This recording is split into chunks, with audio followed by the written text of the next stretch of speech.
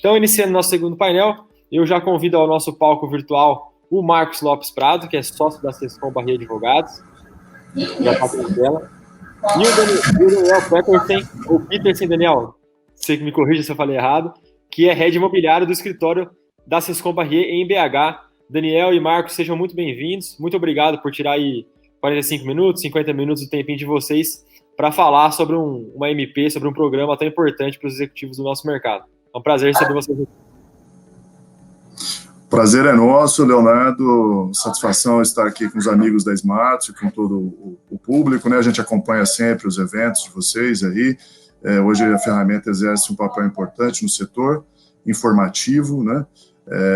E atualizado, principalmente durante a pandemia, em que vivemos essa era digital. Então, uma satisfação muito grande estarmos aqui para isso.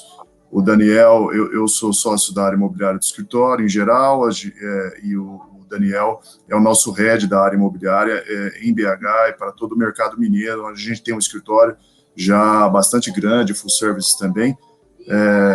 Daniel, por favor, passar a palavra para a sua apresentação. Daniel, você está no mudo. Bom, bom dia, Leonardo, bom dia a todos.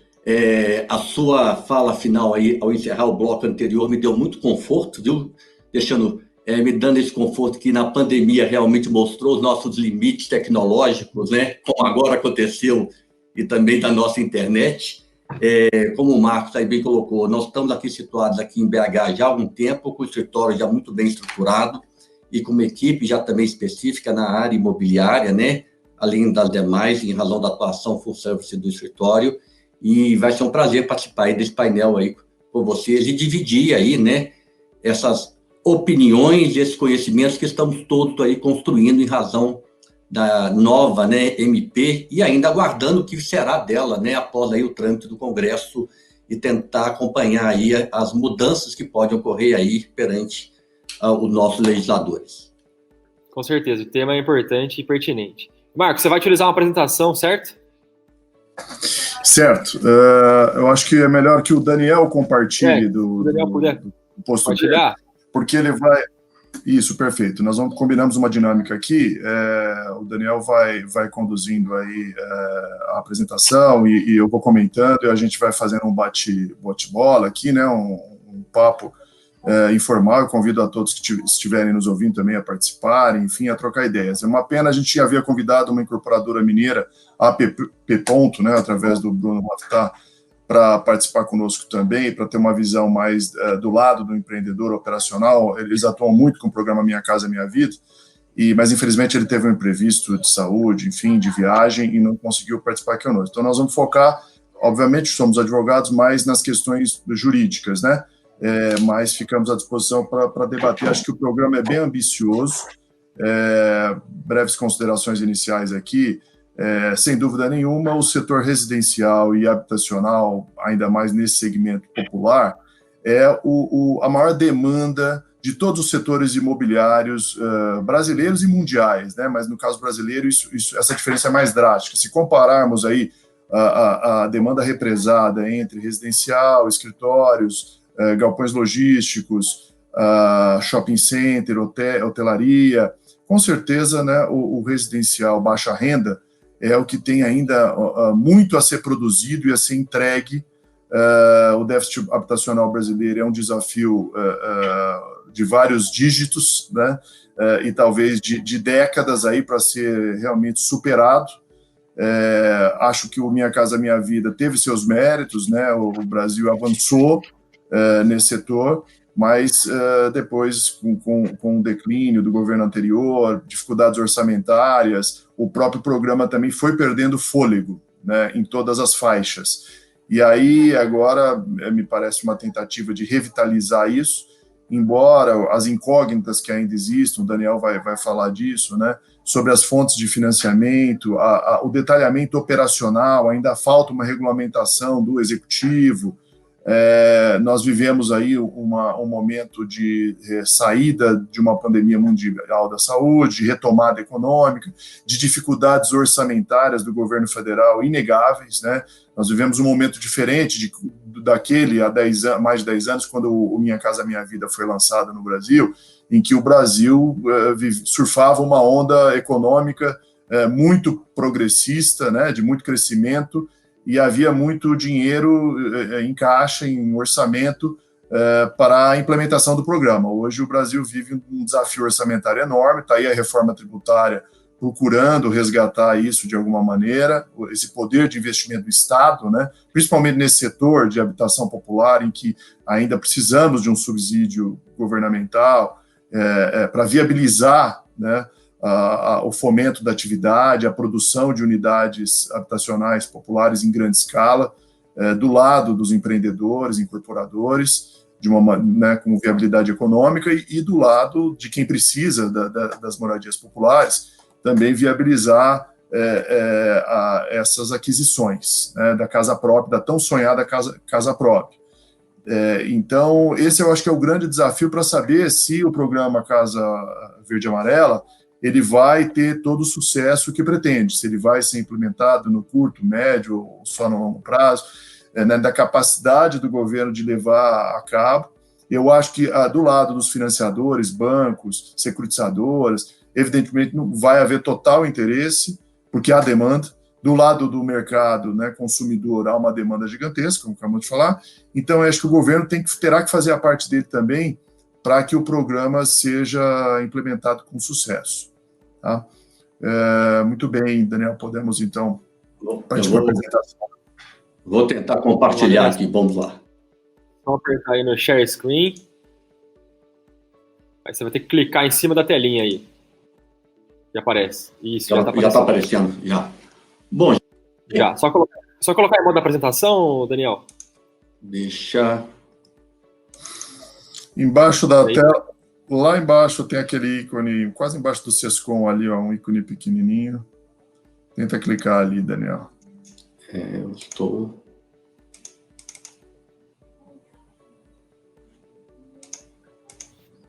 Opa, agora saiu. Saiu. Tenta...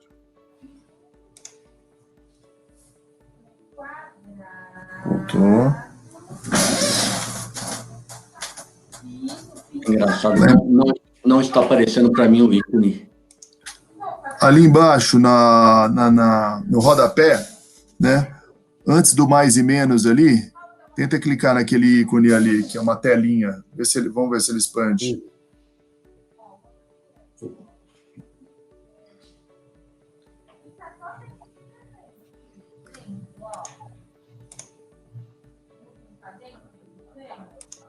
A minha não está.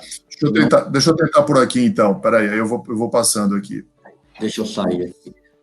Então, vamos lá.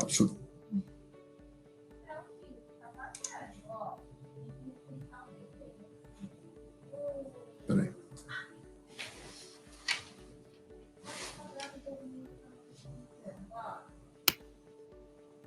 Por alguma razão apareceu uma tela aqui que ele não deixa eu compartilhar também. Deixa eu ver. Peraí. Aqui, consegui. Pronto. Aí, aqui foi. Deu certo? Bora. Tudo certo. Agora é com vocês. Tá, bom. Antes de falar diretamente, né, aí dos artigos da própria medida provisória, nós, como advogados, a gente sempre gosta também de tentar analisar os motivos que levaram aí à elaboração, né, e à publicação. Então, a gente sempre socorre aí do que consta na exposição de motivos, que apesar de muitas vezes parecer que a exposição de motivos é uma mera propaganda ou justificativa da lei, né, para fins aí políticos, ela acaba nos trazendo o norte de como interpretar essa legislação, né, que muitas vezes a própria norma que contém na medida provisória ou na lei, ela não é tão clara ou direta. Então, a exposição de motivos, ela nos dá esse contexto no qual a lei deve ser interpretada e, consequentemente, aplicada.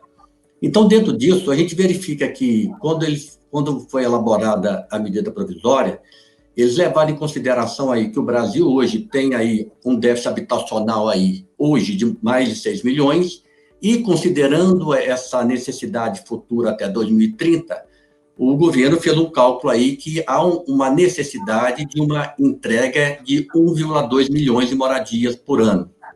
o que mostra, né, o quão ambicioso é o programa, independente aí das questões econômicas, né, e das viabilidades técnicas. A meta de criar 1,2 milhões de aí, habitações ao ano é uma meta bastante ousada, ainda mais se nós considerarmos que o programa abrange não apenas a entrega da moradia, mas também a toda uma estrutura, né, infraestrutura que envolve. E além dessas entregas de novas moradias, a exposição de motivos também, ela menciona também a necessidade de outras adequações que o mercado também demanda, seja aí na questão aí de moradias que tem aí um adensamento, né, um volume, um quantitativo de pessoas, além daquilo que o imóvel, dentro de determinados padrões, deveria suportar. Essa necessidade aí do esgotamento sanitário, que aí abrange quase 8 milhões de moradias, e é um assunto também que já vem sendo tratado, né? Tanto que agora em julho saiu aí o novo marco legal aí sobre a questão de saneamento, que também é uma forma que o governo está tentando, né, de trazer aí o investimento privado para viabilizar essa questão do saneamento no país, que há uma carência muito forte, como nós temos aí também uma quantidade aí de praticamente 1 milhão de moradias que não tem o que eles chamam, né, de cobertura adequada, já que o programa também, ele inclui também o financiamento para a reforma, né, para a adequação das moradias existentes que tem aí esse déficit. Não apenas de cobertura, mas a gente nota também ao longo do texto e nos comentários que já saem, mas também das reformas também que se pretende fazer desses imóveis para adequá-los a padrões mínimos de qualidade de moradia da população.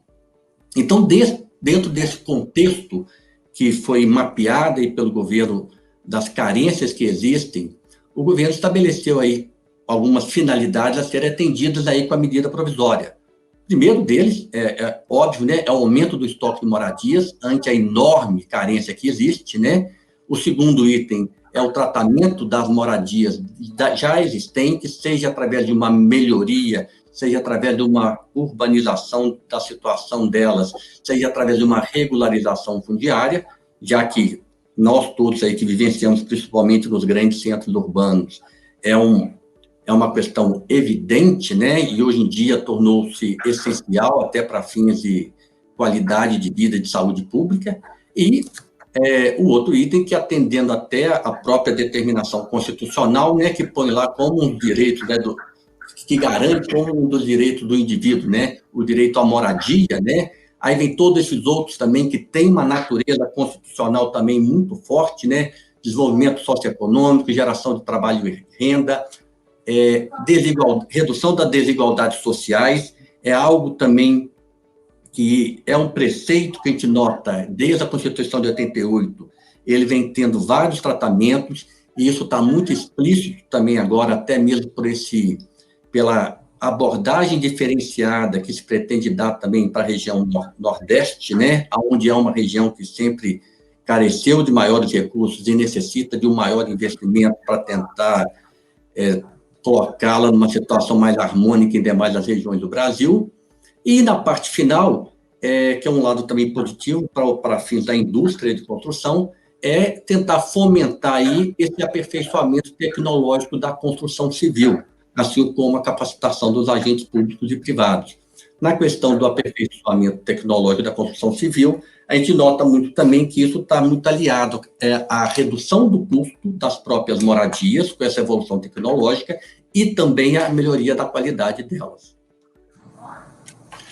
A MPV, aí quando eu já entro na própria medida provisória, né, e aqui, até antes de começar a falar diretamente nela, fazer um alerta que hoje, no Congresso, nós já temos em torno de 500 propostas de emendas à medida provisória, né? Lembrando que é uma medida provisória, está para ser apreciada pelo Congresso, temos aí o prazo de apreciação e o prazo, né, dentro do qual os deputados e senadores vão poder apresentar suas sugestões e alterações, e já chegamos aí a 500 emendas de todas as naturezas. Ainda mais que é um assunto que, independente de viés político, ele tem um impacto social muito grande, então é uma atuação que todos, em princípio, deveriam defender e trabalhar para a sua melhoria, mas também a gente nota também que esse embate político da paternidade até do projeto, né, ele está ganhando um corpo também e está levando a muitas emendas também. E a gente nota que alguns, por exemplo, vem questionando muito até essas possibilidades de despejo que tem das famílias, e vem questionando e tentando propor emendas que podem gerar algumas alterações relevantes no texto final da medida provisória. Então, a gente vai ter que aguardar aí para ver até o fim, para ver qual vai ser a estrutura realmente que virá dela. Mas hoje, como estamos, a medida provisória, ela trata aí a questão de promover o direito à moradia, tanto da área urbana quanto da área rural, trata aí dessas taxas aí, né, de até R$7.000 por mês na área urbana e até 84 mil da renda anual, né, para a área rural. Daniel, só ressaltar esse ponto, eu acho muito importante, como um primeiro diferencial desse programa Casa Verde e Amarela em relação à Minha Casa Minha Vida, que ele tem um foco mais amplo do que a habitação urbana propriamente dita, né? Porque ele alcança tanto o meio rural brasileiro, que hoje é minoria da população brasileira, mas ainda há muita carência no meio rural brasileiro, e ele também alcança, o Daniel vai comentar, a questão da regularização fundiária de interesse social, né, que é a REURB-S, que foi recentemente reformulada pela lei específica lá, que é a Lei 13.465/17. O programa ele também prevê subsídios e fomentos para ações de regularização fundiária urbana, o que é essencial, né? Assim, mais do que construir novas moradias, há comunidades gigantescas, principalmente nos grandes centros brasileiros, sobretudo no Sudeste, mas em todo o Brasil, que vivem em condições ainda muito precárias, né, em termos de saneamento básico, de falta de infraestrutura urbana, porque foram ocupações irregulares, sem qualquer planejamento urbano, tanto do poder público como de loteamento, propriamente dito privado, e são áreas muito degradadas, inclusive do ponto de vista ambiental e social. Então, um programa habitacional tem que ter uma preocupação com isso, né? E na medida em que ele integra as ações de regularização fundiária da lei específica, que é a 13.465, com esse programa de moradia, eu acho que andou muito bem o programa e com uma amplitude maior do que o Minha Casa Minha Vida. Exatamente, Marcos, você ressaltou aí bem essa ênfase também na área rural, né?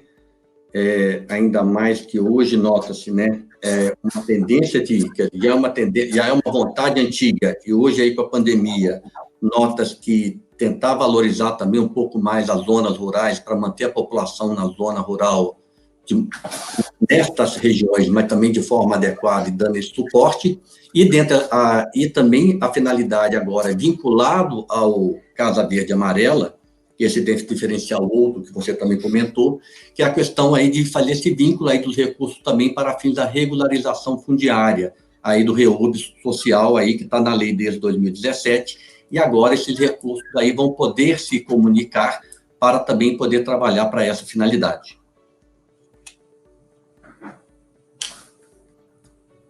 Vamos para a próxima, Marcos.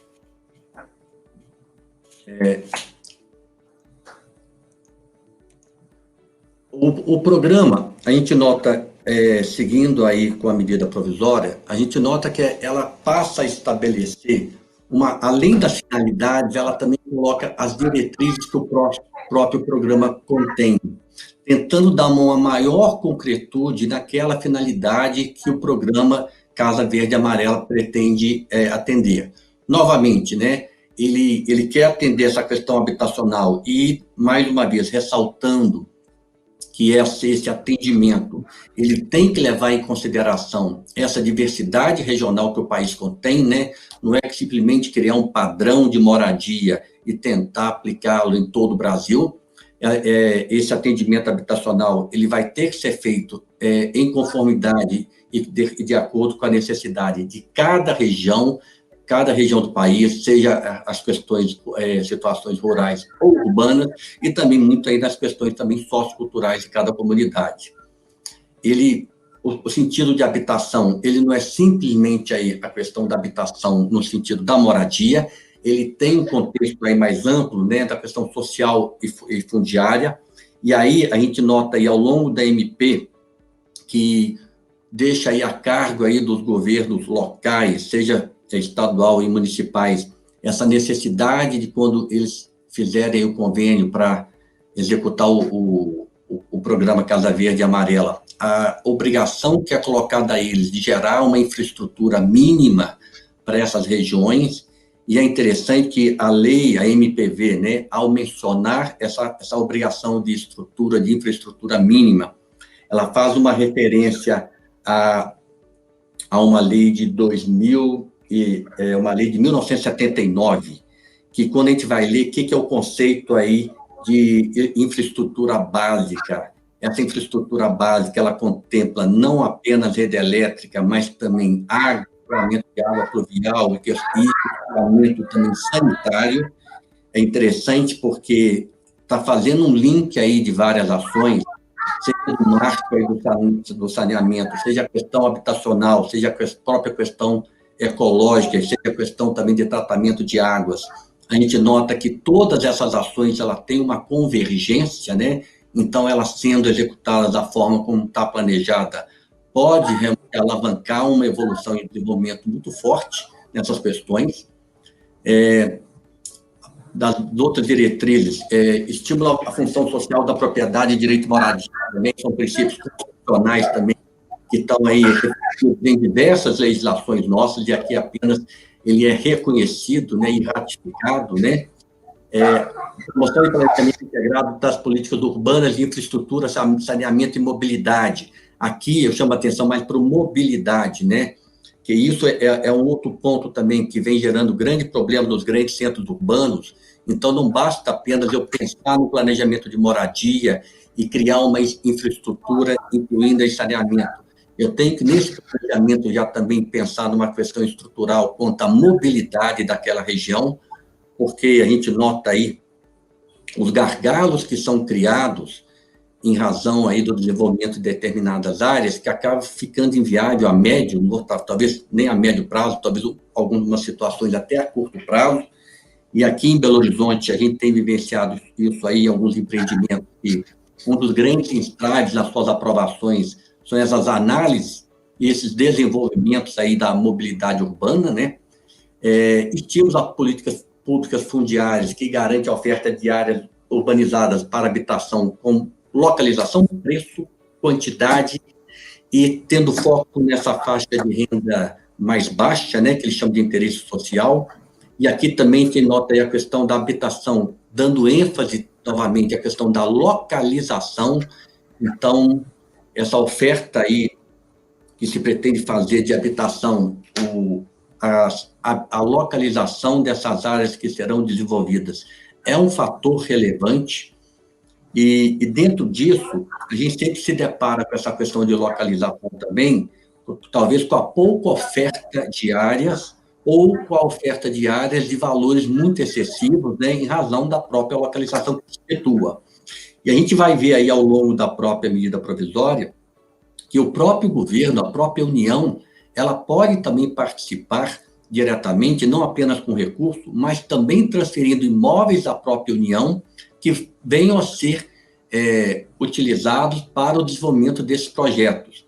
Essa é outra novidade muito interessante, né, Daniel? Merece destaque também, porque o governo já vem nesse movimento de dar uma destinação a esse grande acervo de imóveis que a União tem. A União hoje é a maior proprietária imobiliária do país, né? A SPU, o BNDES estão capitaneando lá programas de privatização desses ativos, inclusive, de desenvolvimento de projetos e empreendimentos para esses ativos, e essa destinação de habitação de interesse social, ela é fundamental, né? Exato, e quem talvez acompanhou isso vai ver lá na lei aí 14.011, né, que é exatamente essa que o Marcos está comentando aí. É uma lei que foi publicada aí esse ano, em que exatamente tenta dar maior agilidade, maior praticidade nesse processo da União alienar seus imóveis. Então, a gente nota que há uma também coerência em introduzir esse assunto aqui na própria medida provisória, de poder utilizar imóveis da União, uma vez que a União está com essa política de tentar aí tirar um pouco desses imóveis que são geridos por ela, ou que não são geridos, né, e que são objetos aí de grande responsabilidade e grande despesa. Então, há muitos imóveis não essenciais para a União que podem ser utilizados, seja para venda a interessados, seja para essa questão aqui do programa Casa Verde e Amarela. Então, é um ponto novo e é um ponto aí que também vai começar a ser mapeado aí também para ver quais são os imóveis da União que poderão ser objeto aí de utilização no próprio programa. E aqui os demais itens, nós já falamos, né, que é a questão aí também de reduzir a desigualdade social e regional no país. O próximo, que é aperfeiçoamento da qualidade, durabilidade, segurança e habitabilidade, instalação aí das habitações. Isso também tem aquela ligação com o próprio desenvolvimento tecnológico, né, da indústria da construção civil, e a sustentabilidade econômica, social e ambiental dos empreendimentos. Que isso, né, para que eu tenha uma sustentabilidade econômica, social e ambiental, eu tenho realmente que trabalhar com as outras frentes, né, da questão também do saneamento, de fornecimento de água e da questão das vias de acesso, né, que também faz parte do mesmo trabalho. Como o Marcos comentou aí também na introdução, a medida provisória, ela não traz um detalhamento amplo aí do programa ainda. Várias das medidas ficaram aí a serem objeto de um regulamento que o Poder Executivo ainda vai publicar.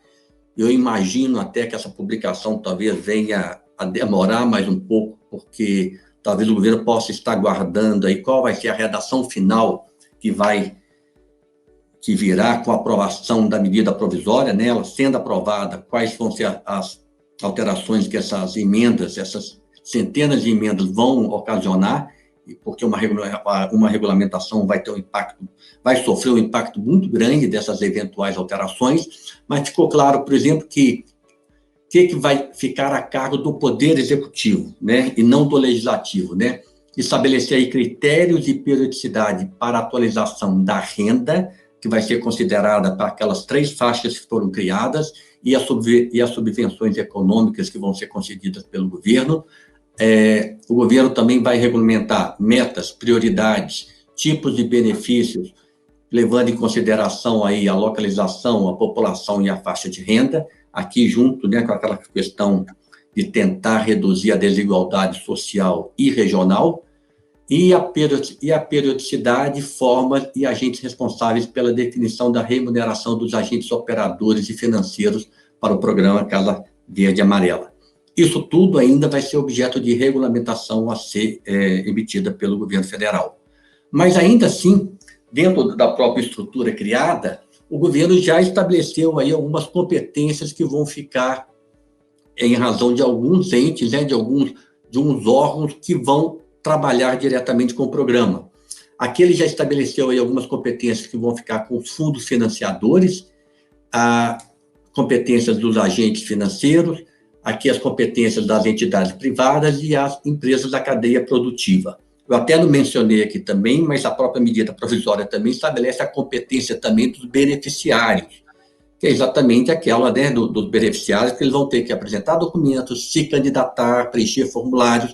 É até uma informação básica, mas que a própria medida provisória também aí já veio a prever essas competências, pelo menos mínimas agora de início, enquanto a gente não tem aí um regulamento apresentado.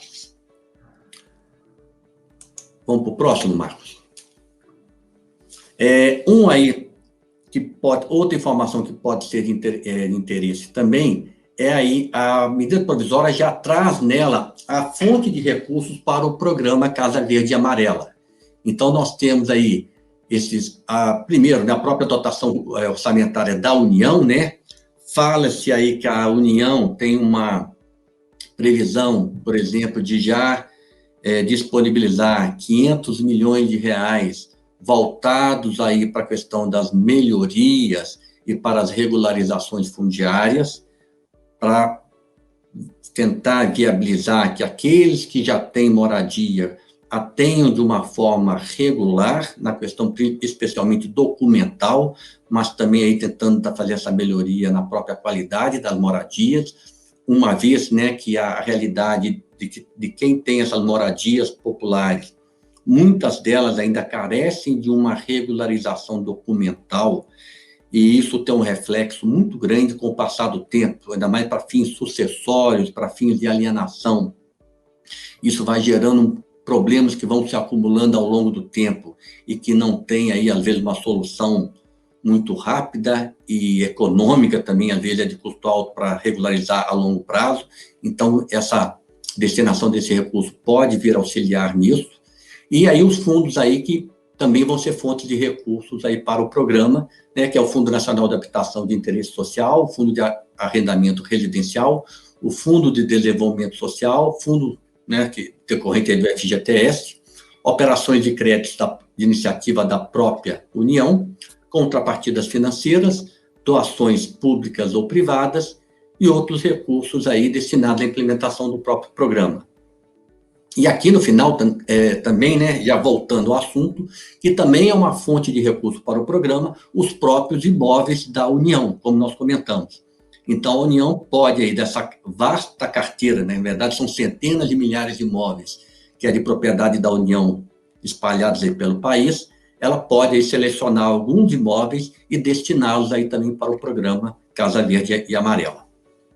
É interessante aqui como a fonte de financiamento ela é muito mais múltipla, né, do que o próprio SFH, SFI, o Sistema Habitacional Brasileiro atual, né?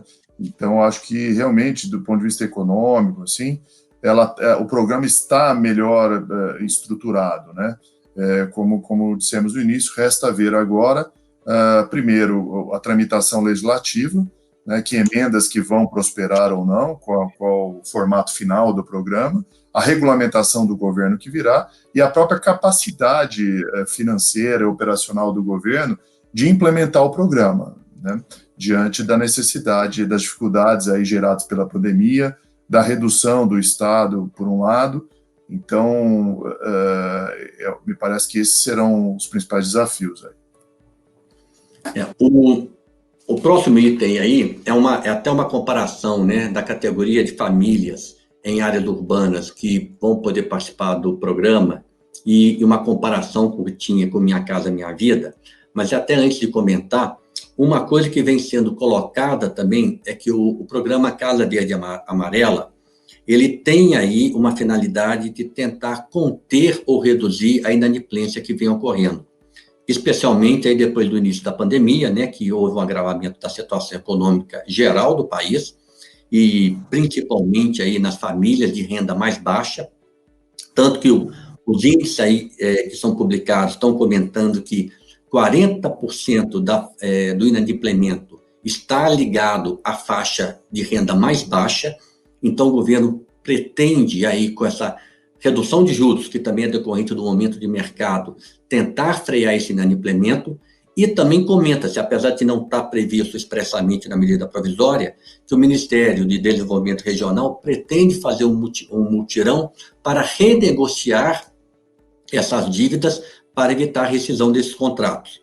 Então, estão aí informando, fazendo essa informação, divulgando que vão fazer esse mutirão, não tem uma previsão de quando, não tem uma previsão aí ainda dos parâmetros que vão ser utilizados, se vai ter algum recurso adicional destinado a essa renegociação, alguma condição, mas é algo que vem sendo comentado também para tentar manter as famílias que hoje já fazem parte do programa a continuarem nela, especialmente em razão do foco aí dessa queda do rendimento das famílias em razão do momento da pandemia que vivemos. Bom, nas categorias aí que temos, hoje o programa não mais tem aquelas 4 faixas, né, que era do programa Minha Casa Minha Vida. Antes nós tínhamos a faixa 1, 1,5, 2 e 3. Hoje foi trabalhado isso em 3 faixas diretas, né, faixa 1, 2 e 3, com essa diferenciação aí de renda de até 2 mil, depois vai de 2 a 4 mil reais, e a terceira faixa vai de 4 a 7 mil reais. E a diferença que tem basicamente entre elas é, primeiro, da questão dos juros que vão ser aplicados. a faixa do grupo 1, ela vai ter um juros menor, né, do que aquele aplicado para faixa 2 e 3. E o grupo 1 também, ele conta aí também com subsídio do governo, que a princípio não seria aplicado no grupo 2 e 3. Então, essa produção subsidiada vai estar focada aí na faixa aí de até, das famílias com renda de até R$2.000. A inovação que nós já havíamos antecipado é a questão da inclusão no programa, né? Inclusão com os recursos do programa, da questão ligada à regularização fundiária. A regularização fundiária, ela, como já comentamos, ela não é um processo muito simples, né? Porque ela abrange um grupo de medidas, né? Que não apenas uma simples regularização, às vezes, de registro de imóvel, né? Mas ela acaba contendo aí medidas jurídicas, urbanísticas, ambientais e sociais, e tanto que, eu não vou lembrar agora de qual artigo da MP, mas tem o próprio artigo da medida provisória, um deles menciona, por exemplo, que quando a aprovação lá do projeto for feito por que tenha órgão ambiental já estruturado, de acordo com a legislação, ou seja, um órgão que tenha condições de fazer aprovação, né, por questões ambientais, se o município já tem essa estrutura mínima, a aprovação será considerada também uma regularização e uma aprovação também para fins ambientais. Então, tentando aí, talvez, agilizar esse processo de regularização e concentrá-lo aí no ente público aí mais próximo aí de cada comunidade. E também, para quem aí talvez já conheça um pouco mais da regularização fundiária urbana, e essa regularização também nem sempre ela vai estar dependente aí também das próprias legislações municipais, dos planos diretores, que muitas vezes esses núcleos a serem regularizados, eles não vão atender a vários critérios que hoje existem. Então, tem essa possibilidade aí de fazer essa regularização de uma forma, claro, diferenciada, de uma forma talvez mais célere e levando principalmente aí o aspecto social em conta, né, já que é o grande foco aí da questão habitacional.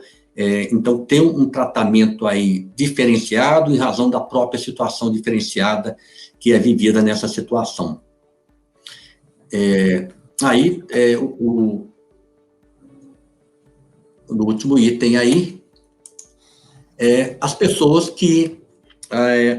A medida provisória, ela fala muito, né, como era da própria legislação também, ela traz muitas previsões de quem pode se beneficiar, mas ela traz também uma relação das pessoas físicas que não vão poder se beneficiar com as subvenções.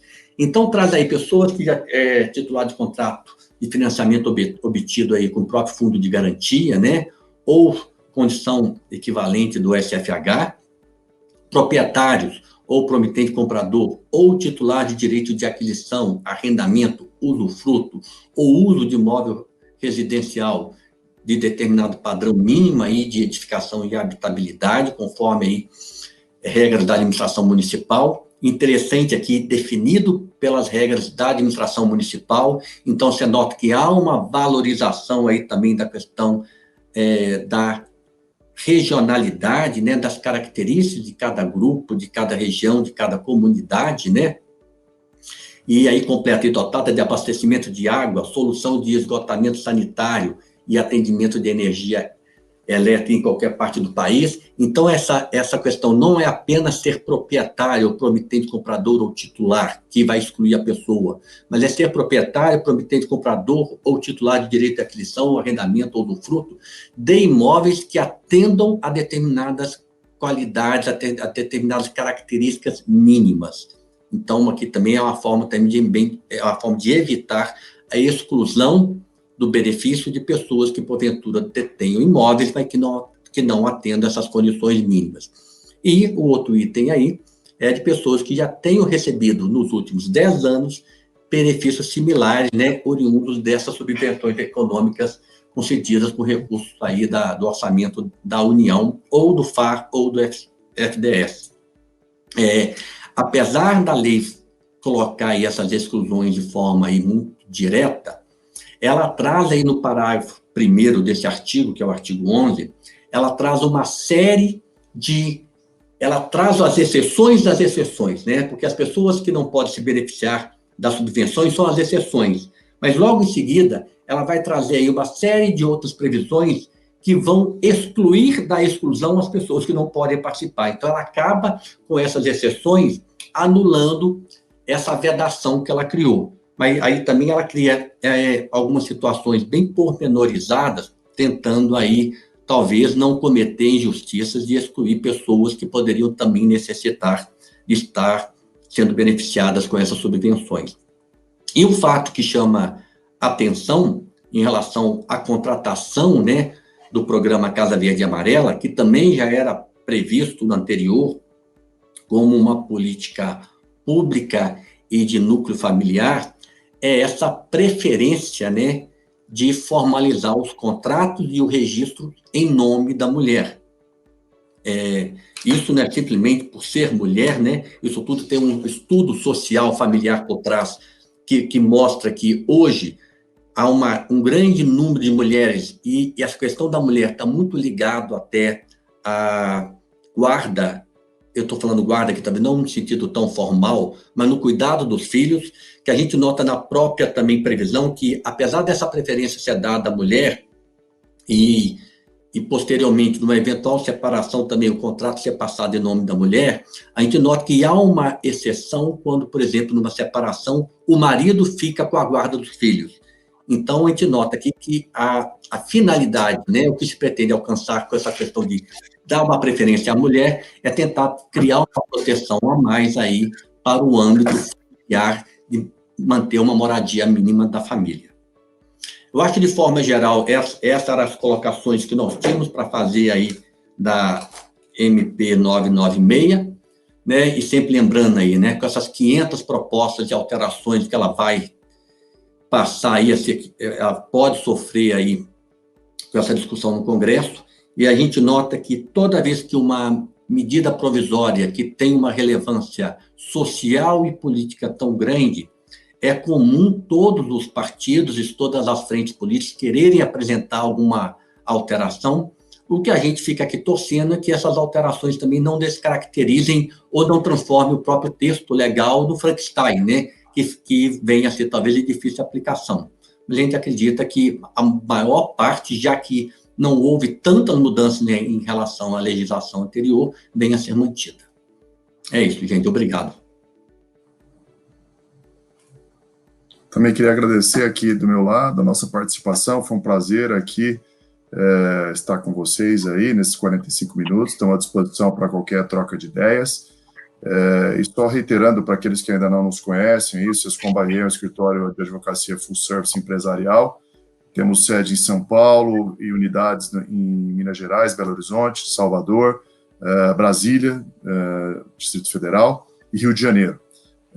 O nosso escritório de Minas ele vem crescendo muito. Hoje, Daniel, nós temos aproximadamente ao todo em Minas Gerais, quantos associados? Você saberia dizer, mas já é um escritório bem grande, né?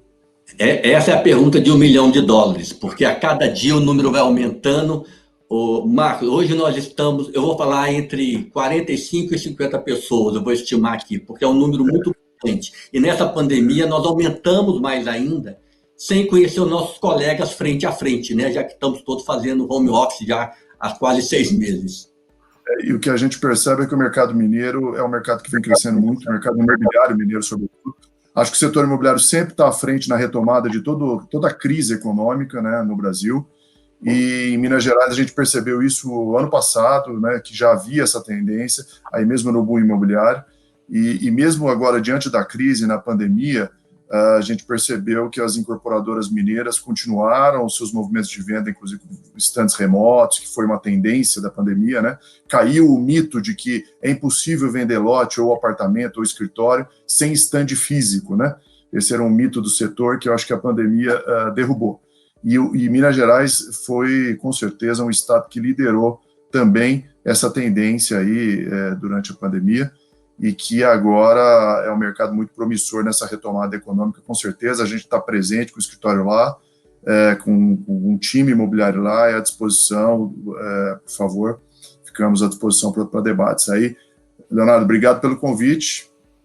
Eu que agradeço a disponibilidade de ter aceitado o nosso convite. A gente sabe que a agenda está cheia mesmo na pandemia. Eu falei ontem, todo mundo acha que agora todo mundo está disponível porque está 24 horas na frente do computador, mas está pior do que antes, porque agora tudo é na frente dessa tela aqui. Então, eu que agradeço vocês terem tirado esses minutos aí. Ô Marcos e Daniel, a gente até chegou no final, mas a gente tem... Eu vou tomar a liberdade de fazer 2 perguntas aqui, para não atrasar tanto. Eu vou fazer uma pergunta sobre o programa Casa Verde e Amarela, que foi feita pelo Anderson aqui, e temos uma outra dúvida que não teve nada a ver com o programa, Marcos. Inclusive, o Maurício estava procurando por você ontem aqui já, que é sobre patrimônio de afetação, e eu vou tomar a liberdade de, no final, fazer ela também, se você puder ajudá-lo, tá bom? A pergunta sobre o Anderson, ele pediu para vocês, se vocês poderiam falar novamente um pouco sobre como ficam as faixas, que ele não sabe se entendeu muito bem. Ele notou que houve uma mudança, mas ele pediu se puderem repassar sobre as faixas. Daniel. Eu vou falar aqui sem compartilhar, é que antes no programa Minha Casa Minha Vida, nós tínhamos 4 faixas. A primeira faixa era de renda de até R$ 1.800. A segunda faixa, que chamava de faixa 1,5, né? A confusão que às vezes dava até isso, a segunda faixa, que era o grupo 1,5, era a renda de até R$ 2.600. A terceira faixa era até 4.000 e a quarta faixa era até 7.000. Essas 4 faixas foram enxugadas, né? Foram aí compiladas e transformaram em 3 faixas. Hoje, do programa Casa Verde e Amarela, a primeira faixa é de renda de até R$ 2.000. A segunda faixa ficou a renda de R$ 2.000 a R$ 4.000. Então, a gente nota que essa faixa, que era o grupo 1,5 do Minha Casa Minha Vida, foi extinto, né? Então, ficou o primeiro de até R$ 2.000, o segundo, renda de R$ 2.000 a R$ 4.000, e o terceiro grupo, a renda de R$ 4.000 a R$ 7.000. Então, nós estamos trabalhando aí com a maior renda de R$ 7.000, mas dividida apenas em 3 faixas. Perfeito, Daniel. Acho que agora ficou claro. Inclusive, estou vendo aqui o Anderson mandou. Agora sim, muito obrigado. Acho que agora ele conseguiu entender. Ô, Marcos, para encerrar, para não passar muito, o Maurício trouxe um problema aqui para você. Vou colocar ao vivo. Não tem nada a ver com o Casa Verde e Amarelo, mas como a gente está no debate jurídico, a ideia é realmente ter essa interação e tirar dúvidas. Eu vou passar o que ele falou, porque a gente sabe que tem muitas incorporadoras ou construtoras que estão assistindo a gente, que também são pequenas, assim como a do Maurício, então eles podem estar passando por esse problema. É o seguinte, Marcos, ele falou assim, ô Marcos, eu tenho uma incorporadora que está construindo uma única unidade residencial em Nova Lima, e ao tentarmos dar entrada no benefício fiscal RET, patrimônio de afetação, fomos surpreendidos pela negativa do cartório, alegando que tal benefício seria aplicado somente para construções de mais de uma unidade residencial. Esse argumento faz sentido? Você pode comentar um pouco sobre isso?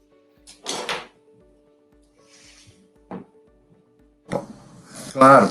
Não, veja só, o patrimônio de afetação ele está previsto no âmbito da incorporação imobiliária, né? Então, se você não tiver uma incorporação imobiliária registrada, realmente não há que se falar em patrimônio de afetação. Então, assim, você poderia ter uma incorporação imobiliária de uma única unidade autônoma. O objetivo da incorporação é a instituição de um condomínio edilício ao final, né? E o condomínio edilício é justamente o empreendimento composto de várias unidades autônomas com áreas privativas e áreas comuns. Então, se você tem uma única unidade, na verdade, você tem uma construção isolada, né? Você não tem uma incorporação imobiliária, né? Me parece que esse é o problema que surge da dúvida do cartório. E sem o registro do patrimônio de afetação, o fisco não vai reconhecer o regime especial de tributação, que é o RET, né? Então, assim, se de alguma maneira nessa construção pudesse ser criada, de repente com criatividade, você conseguiria prever, por exemplo, separar a vaga de garagem e a casa, por exemplo, né? Não sei se é uma casa aí. Foi mencionado uma unidade, pelo que eu entendi, né? Se você criar 2 unidades autônomas, né, que seria a garagem e a casa, já seria possível a instituição de um condomínio e, portanto, uma incorporação imobiliária e, portanto, o patrimônio de afetação. Então, eu acho que é um pouco de criatividade aí do projeto e da forma de registrá-lo. Acho que daria, sim, para pensar em alcançar o hatch. Tá bom? Perfeito, perfeito. Maurício, acho que ele respondeu essa pergunta. Caso você ainda tenha dúvida, ou outras pessoas da audiência queiram perguntar mais coisas para o Marcos ou para o Daniel, enviem no chat que a gente pode repassar aqui para eles. A gente passou um pouco do tempo, então eu não vou ter mais a disponibilidade de ficar passando todas as perguntas. Mas, se vocês ainda tiverem alguma dúvida, ou posicionamento, ou um problema igual ao do Maurício, mandem aí para a gente que a gente pode repassar sem nenhum problema para os nossos dois convidados, tá bom? O Marcos, Daniel, muito obrigado, viu, pela presença. Obrigado, Leonardo. Obrigado a todos. Obrigado a todos. Um ótimo final de semana também. Para vocês também. Já estendo o convite para que a gente esteja presente juntos, discutindo sobre Casa Verde e Amarela, sobre outros temas que afligem a segurança jurídica de incorporadoras, de loteadoras, de outras empresas do mercado imobiliário, em outros eventos que a gente vai fazer aí pelo Brasil. Com certeza vocês vão estar com a gente. Quem sabe depois, Leonardo, de serem discutidas aí as 500 emendas, vamos ver como é que vai ficar o texto final, talvez valha a pena uma nova conversa sobre isso. Com certeza, com certeza. Se não for em evento, a gente faz uma live, faz uma transmissão. O importante é a gente comunicar a nossa audiência do que está acontecendo. Obrigado pela presença, os dois. Obrigado a vocês, parabéns pelo evento. Valeu, bom fim de semana.